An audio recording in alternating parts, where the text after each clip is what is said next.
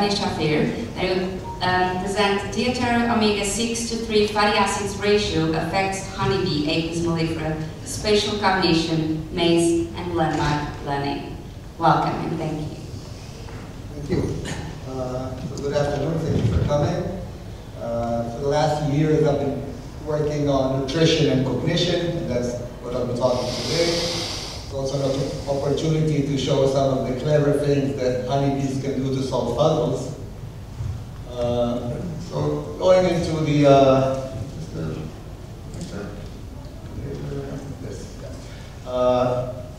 nutritional ecology of the honeybee colony is quite complex, with foragers bringing in nectar and pollen, water, food comes in, is stored, handled, consumed, and distributed in a pretty indirect way. I'll focus on pollen, which is an amazing food with a lot of properties and elements. And for the last few years, we've been focusing on the fatty acids, and specifically the essential fatty acids, which are only two. Linoleic acid, which is omega-6 fatty acid, and alpha-linolenic, which is an omega-3. And research over the years, much from Yael Aryan's work, who was also here in Apimondia, and Harman and Brixma works, that also is here in Apimondia, has shown that if you look what honeybees tend to bring in, it tends to be quite balanced between omega-6 and omega-3. If you hand collect pollen and look at it, much of it is balanced, but there's some families that are extreme in having high omega-6 relative to 3. The rosaceae, like almonds, is quite 6 biased, and eucalyptus especially is up to 5 to 10 times more omega-6 than omega-3. So there's some unbalances. When you give bees a buffet of cafeteria of choosing pollens, or ask them in their dance, what do you say about different pollens, how do they balance the colony, we see that they tend to try to balance the omega-6-3 ratios. And if you see what happens if you unbalance, give them an unbalanced diet, which is high in omega-6 relative to 3, you see that learning is impaired, associated learning, again the work of Aryan and others, both of foragers and nurse bees, which was done in the US, even of queens.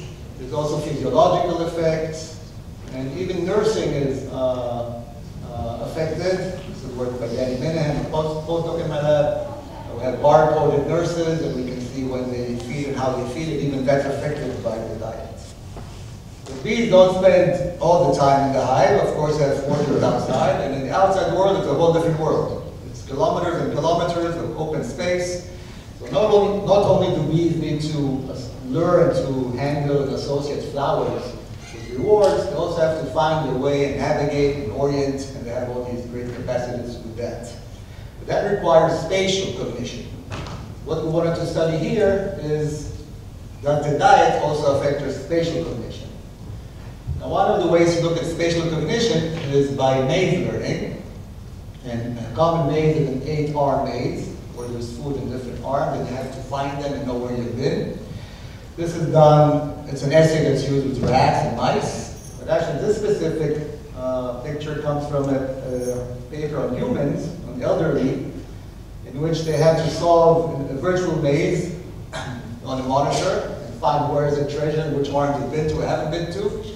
And then they looked at what diet these people eat. And it turned out that those that eat a lot of omega-6 relative to omega-3 are less good at solving these mazes. So people are affected in this way. And we were wondering if it's also going to affect bees. So we did a similar maze that has 8 arms. It's pretty small, so it's only 26 centimeters. This was done by a student, Ed, and colleagues. And the bee is trained to fly to the middle, and then she goes down the arms. At the end of each arm, there's a feeder with a drop of sugar. And she has to collect all the drops of sugar before she goes back to the hive, and then she comes back for another trial. And to follow the bees easily, we also developed a learning-based agent that can do it very quickly.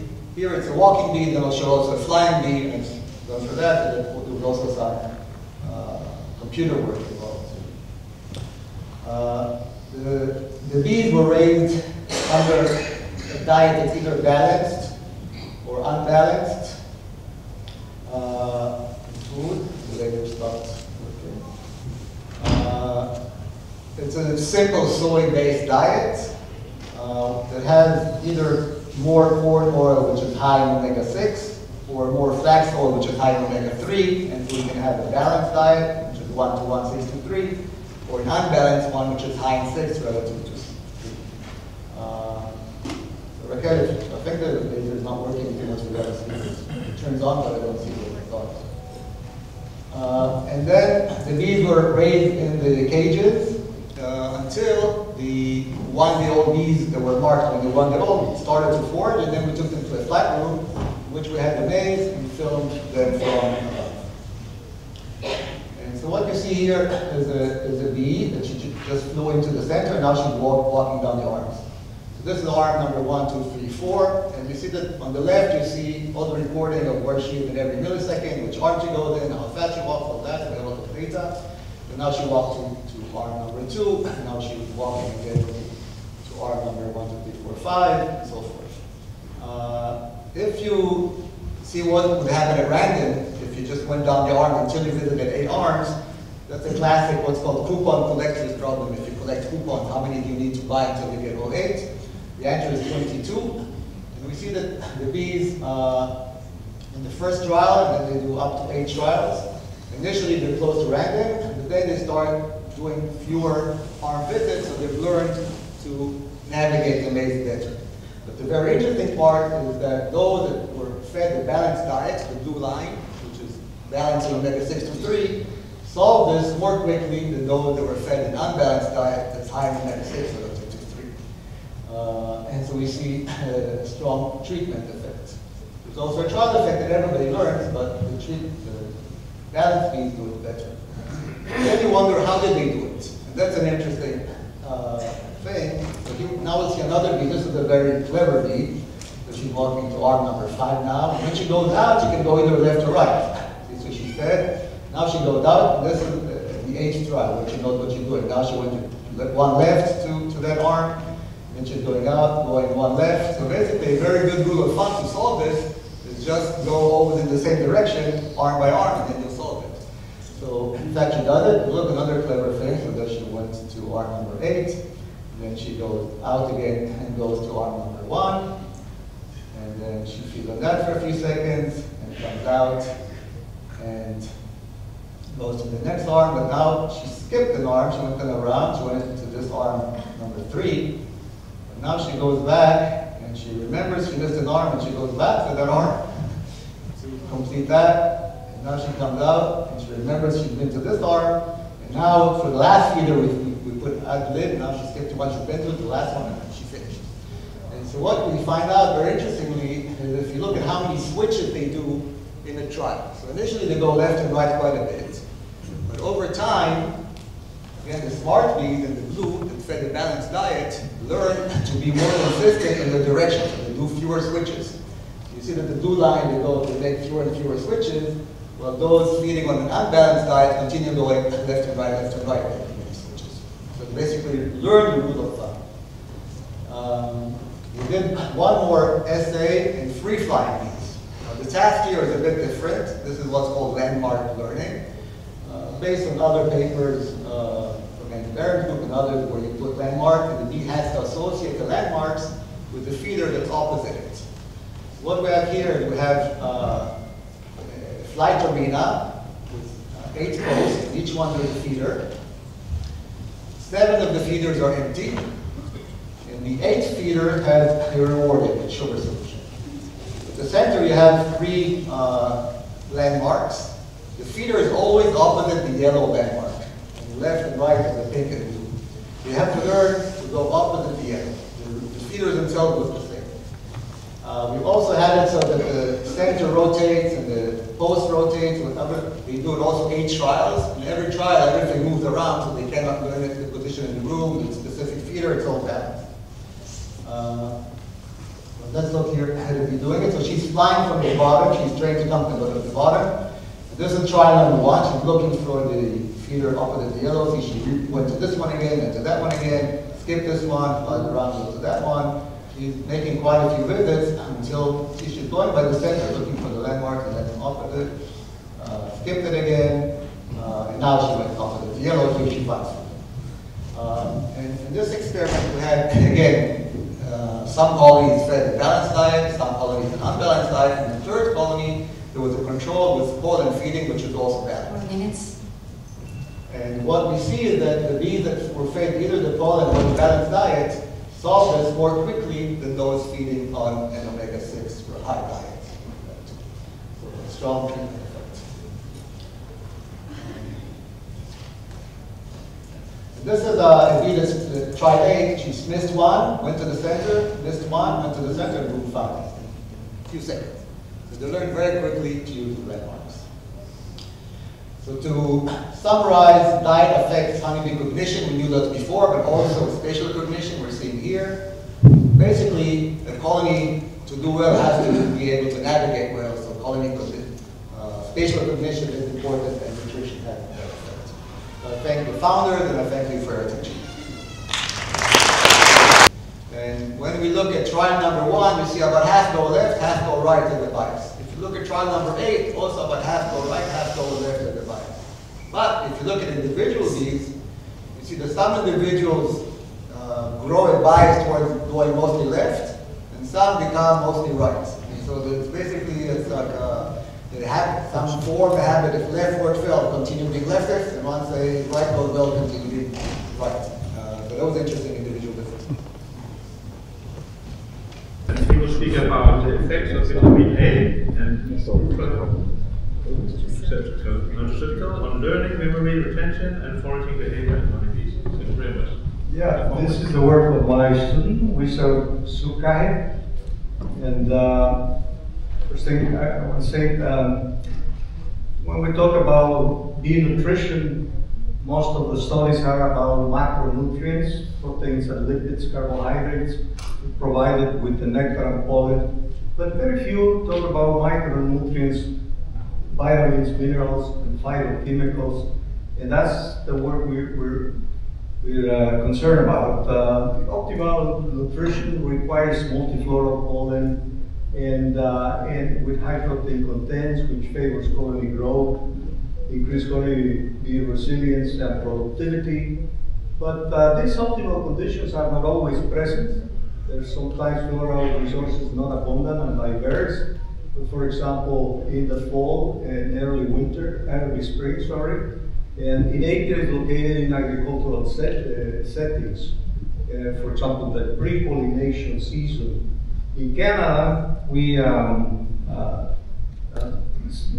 use many honeybee colonies to pollinate blueberries, and that's the case in early spring. And when beekeepers, under these circumstances of few pollen in the field, they provide either pollen patties or protein supplements to the colonies, but they only work when there's little or no pollen in the field. So most of studies on honeybee nutrition are focused on carbohydrates, proteins, amino acids, lipids. So there's little information about micronutrients in protein supplements. There's some knowledge on the effect of B complex and vitamin C, but very little about vitamin A. And we know, for example, that these pigments, the retinol, beta-carotene, that provide vitamin A in artificial diets, increase the lifespan of ladybird beetles, improve memory in frogs. They have antioxidant and neurostimulant effects, but we know almost nothing about its effect on honeybees. Regarding phytochemicals, phenols and terpenes modulate cognitive functions in memory in humans. Sterols, similar to cholesterol, improve memory in humans and brood production in honeybee colonies. and have also antioxidant, immunostimulant, and anti-inflammatory activity. So we explore the literature and chose these compounds, beta-carotene, terpinephrol, and alcosterol as micronutrients to test in protein supplements and see the effect on memory and learning in bees. We know that bees rely on their memory to forage and to be able to return home from foraging trips. And so the supplementation with beta-carotene and phytochemicals could they improve memory and foraging, improve bee health? Could they be used as additive of protein supplements? And could they be useful in times of scarcity or to prepare colonies for pollination services or pollen harvesting? So the objective of the study, well, actually this part of the study of the PhD thesis of Wizard was to assess the potential of selected micronutrients, basically vitamin A, beta-carotene, and two phytochemicals to improve memory retention and see the effect on foraging behavior. To do this, we supplemented these with FeedD, which is a commercial protein supplement, along or with one or more of these micronutrients, and provided it to newly emerged cage bees in the lab based on doses that were derived from other studies. I list here the studies. And so we had the newly emerged bees that were painted with different colors from the thorax, were incubated for 7 days and fed the different diets there. We use this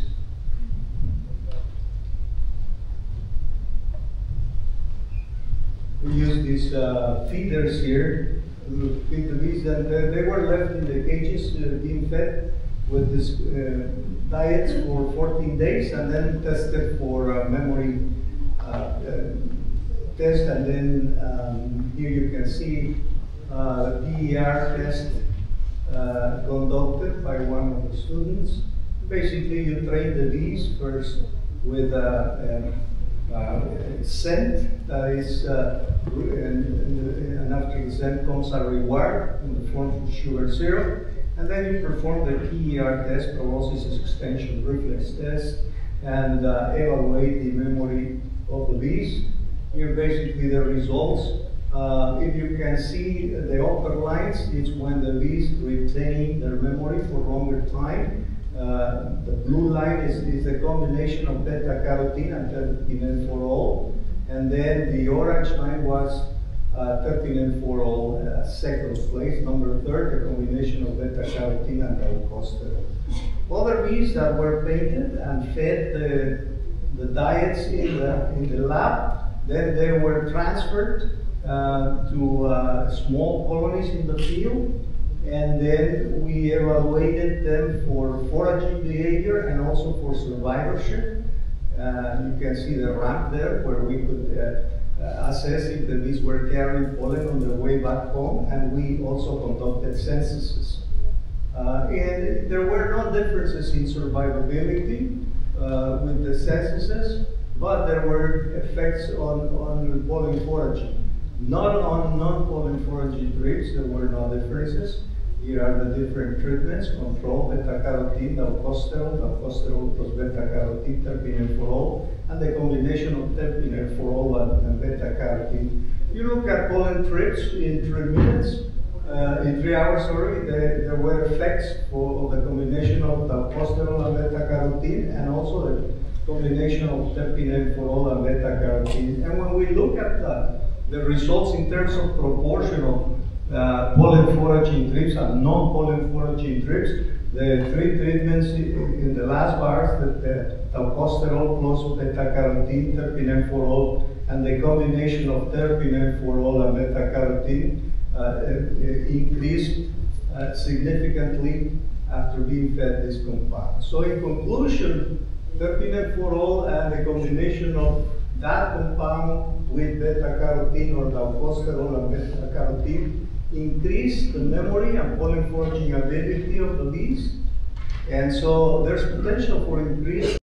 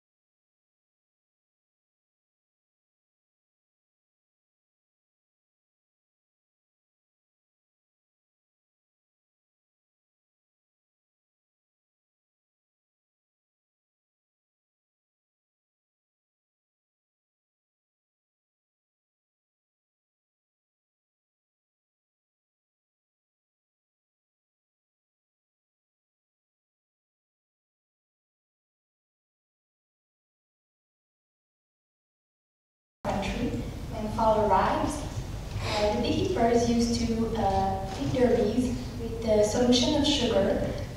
They usually use sugar beet or sugar cane that we mix with water to obtain a solution high in sucrose that is known to be very stable for a long winter.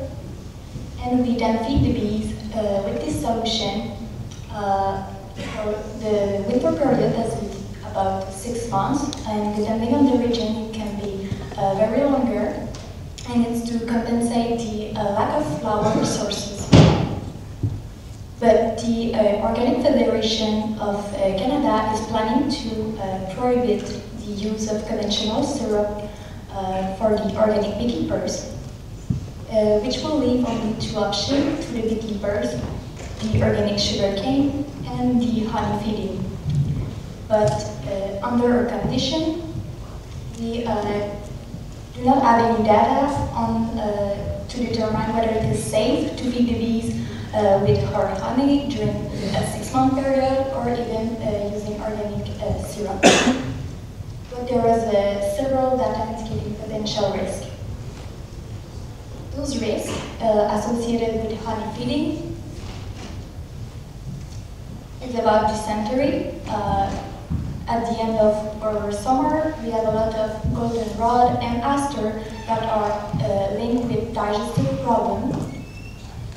We also have a risk of crystallization with different honey, like dandelion and also canola.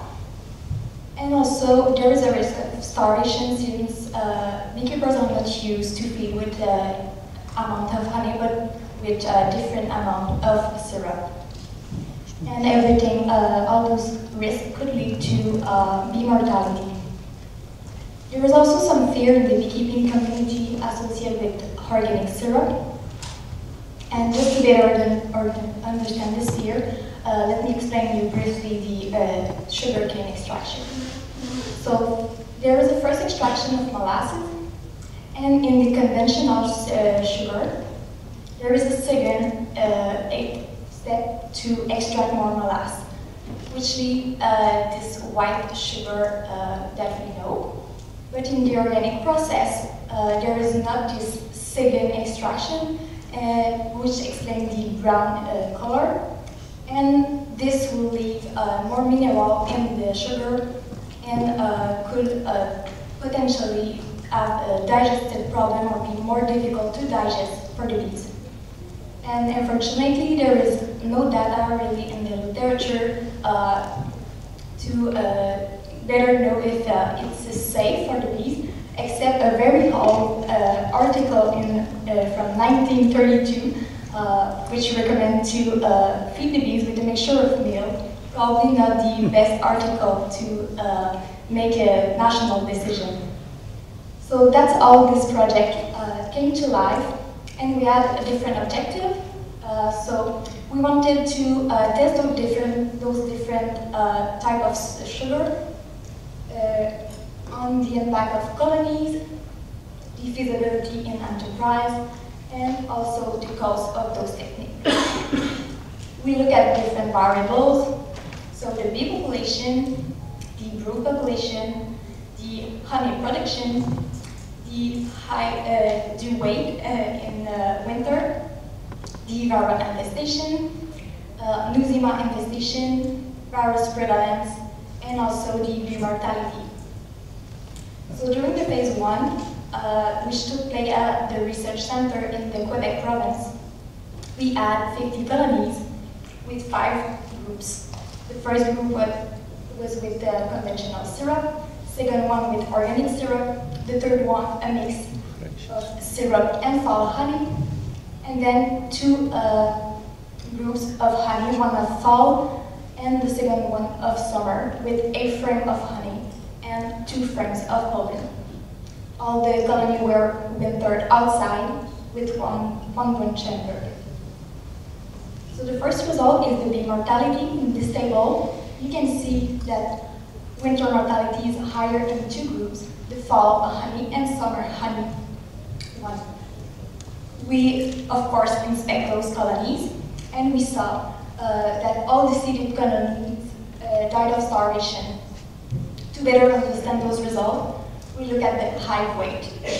And we can clearly see on this graphic in kilogram the hive weight, and at your left you can see fall, so before overwinter, and at your right after overwinter and spring. We see that the colonies feed with fall honey and summer honey were lighter than those fed with syrup, so they had less resources. And we see the same thing in spring. What is interesting is that the difference between those 2 times is the same. So the consumption of the sugar type is the same, but there was clearly 8 frames of honey and 2 frames of pollen was not enough under our condition. We then look at the bee population. So in spring, in May at your left, and then 1 month later in June at your right, we look at the bee population in number of frames covered by bees.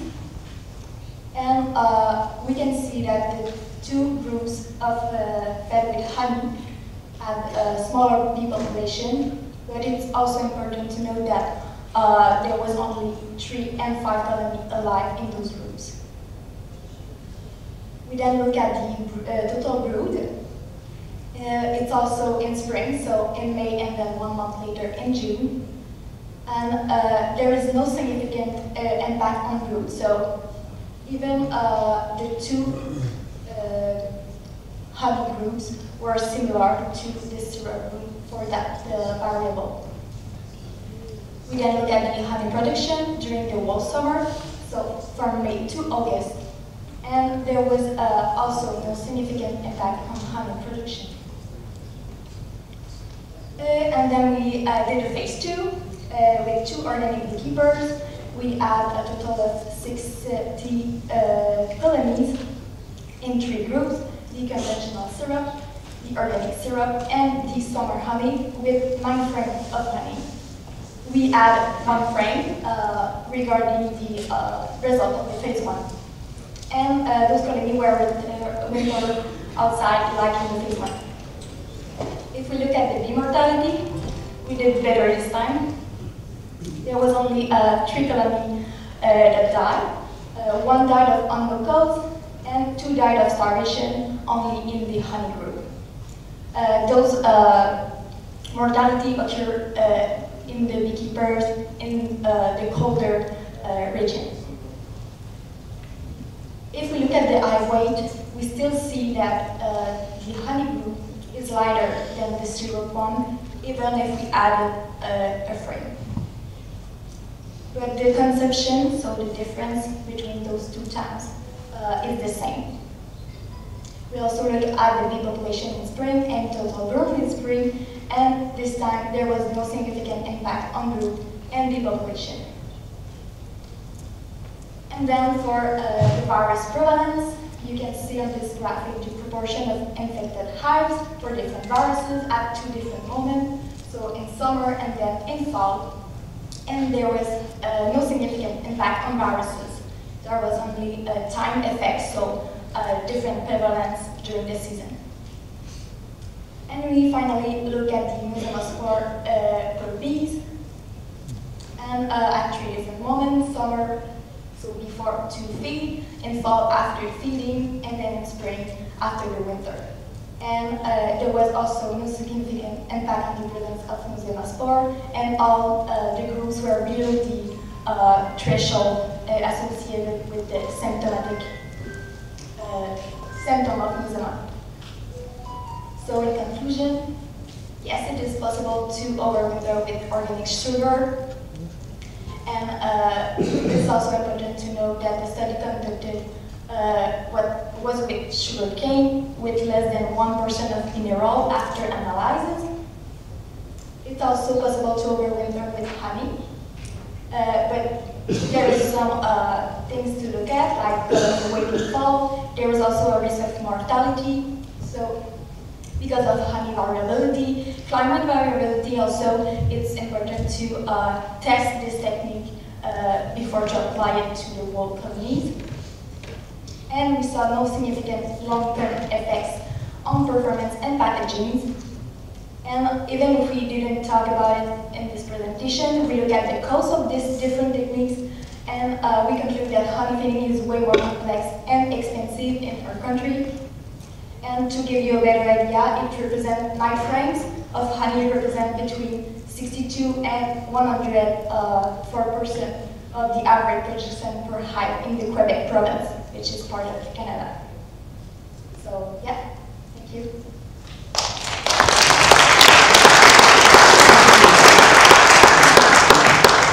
Is there any questions? So for the new panelists, I need to remind you, please turn off your phones. And on the hallway in front of the entrance, you have the microphones if you want to ask questions to the speakers. So please move towards.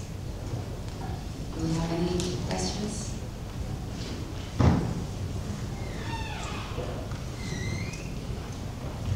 we have them? Hello, thank you for the presentation. Quite interesting, really. You compare the mineral content of both sugar. Did you also check the microbiological content of these materials, these raw sugars? The yield and mount and the total play count? Sorry, I just didn't understand the total what? The total play count, yield, yeast, mount. Also microbiological, because raw sugar most of the time is more it has more microbiological spore and so on. It's not as clean as white sugar. That's what I understand. If I really understand well, I'm not sure we analyze those kind of stuff. Any other questions? I have a question. So it's common when you test honeys in Europe that you burn it off to see how much ash is left over. So have you tried to do that? And also with the sugars, with this very brown sugar, I would suspect there to be more ash, which would then, in the bee body, not in the oven, end up in the gut of the bee in the course of the winter. Yeah, we didn't analyze that stuff in our sugar. Only the sucrose, maltose, lactose, and everything compound. And since there was no negative effect, we didn't look further for any negative thing in those. I also had like a similar question, but I understand that we didn't analyze the ash content of the organic and the conventional sugar, because you suggested in the introduction that there might be like minerals and a question mark, because it would be interesting perhaps to follow up on that, also to understand if there's any specific type of trace metal or whatever that may be influencing its entry, because there's old papers that may suggest that, so one follow-up would be interesting. Suggested. But thank you so much. I don't know if there's any, so we have another question from the room. Yes, sorry. Thank you for the presentation. Just one very basic question, but in terms of when you were making the syrup, so you were coming from the raw sugar, the organic one and regular one? And what about the weight? You took exactly the same amount of weight for white sugar and brown sugar? Yeah, they were the same amount of weight for the two types of sugar, but different than honey. Okay, and all right, thank you very much. And just one last question. So when you make your own syrup, do you don't add anything for conservation or? Only water and sugar. All right, thank you. Okay, thank you so much.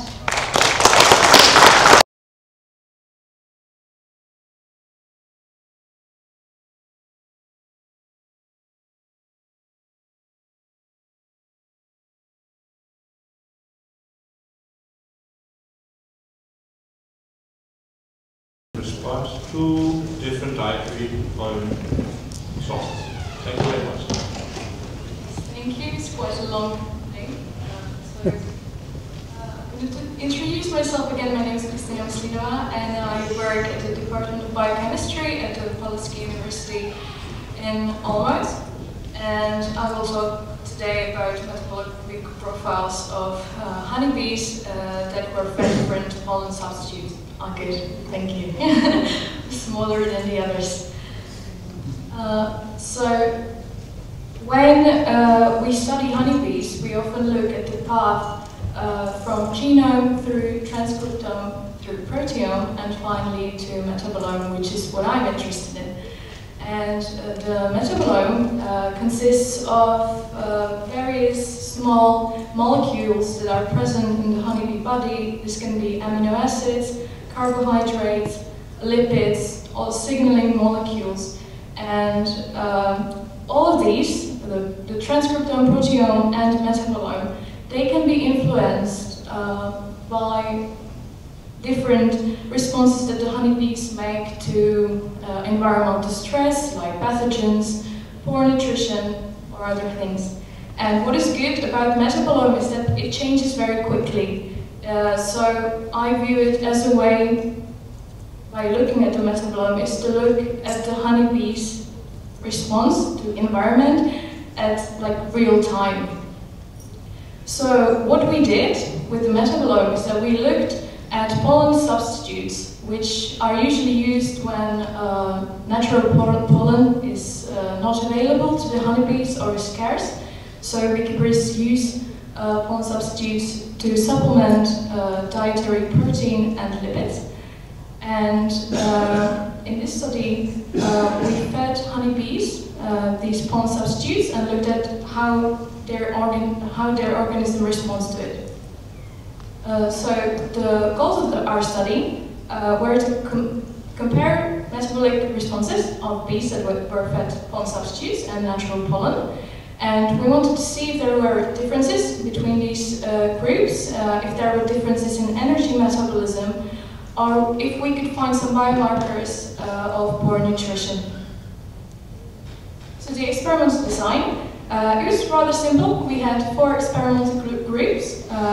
First was the control, which was a group that was just fed sucrose, sugar, and it was supposed to be a group that was deficient in protein and lipids. Then we had an algae chlorella as a one pollen substitute, and another one was a commercial substitute called Ultra-B.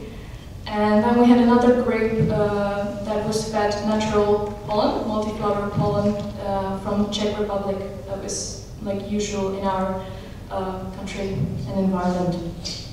Then we, after 10 days of feeding the bees, we collected their hemolymph and their gut, and we used the hemolymph to measure the metabolic and lipidomic profiles using LC-MS, and the guts were used for microbiome sequencing. So now I get to the results. First I will talk about amino acid profiles. For those of you who are not familiar with principal component analysis, I will shortly explain. This graph, it shows that, like, if you look at the crosses, every cross is one sample, and one sample is the whole metabolic profile. So in this graph you can see the differences between the profiles of each samples. And on the left is a PCA analysis, which is unsupervised analysis, which means that I didn't give the program the information where each sample belonged to, which group it belonged to. And you can see some division here. I don't know if the pointer works. But you can see the control group is just absolutely somewhere else than the other ones. And if you look at the right, this is a supervised analysis, which means that I gave the program the information from which the samples, to which group the samples belong to. And so you can see that the division is much better. And I would like to point out that if you look at the green circle, this is the chlorella group, and it's very different from pollen and ultra-B. And what I would like to see here is the pollen substitutes to be much closer to the natural pollen, which is what we're trying to supplement the pollen. So I would like to see a similar response of the honeybee as they would naturally. Here you can see a heat map. For some of you it can be a little bit better visually. And I want you to look, I don't want you to look at the metabolites on the left, I just want you to look at the colors. So the red means that the metabolite was upregulated in the bee body, and the blue is it was downregulated. And if you look at the control group and the pollen group, you can see that there's a large area that is blue, large area that is red.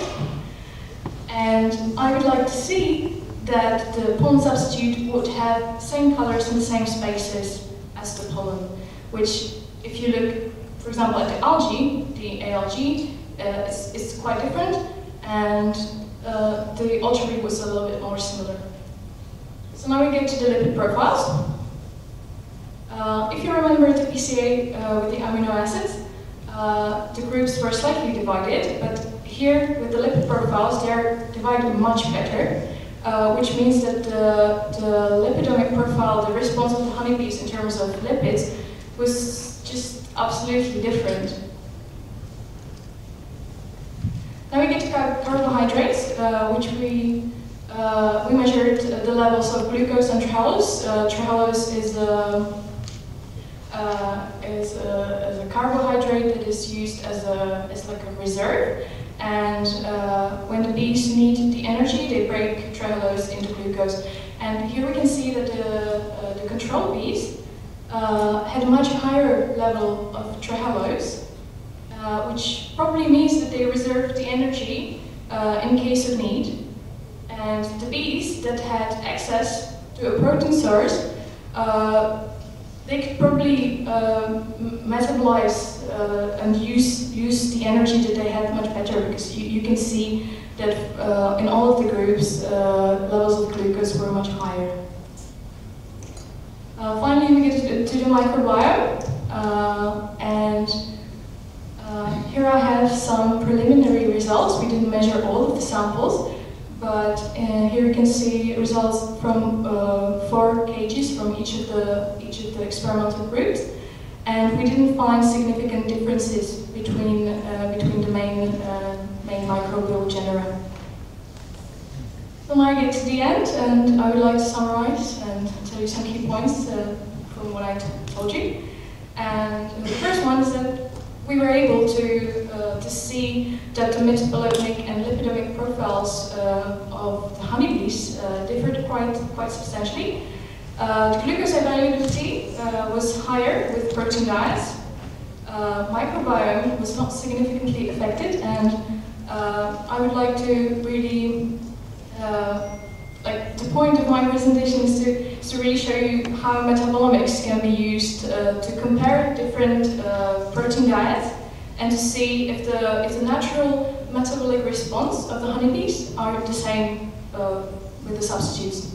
So, thank you for your attention. I would like to thank also to all of my colleagues and collaborators, and this is all from me. So enjoy your evening.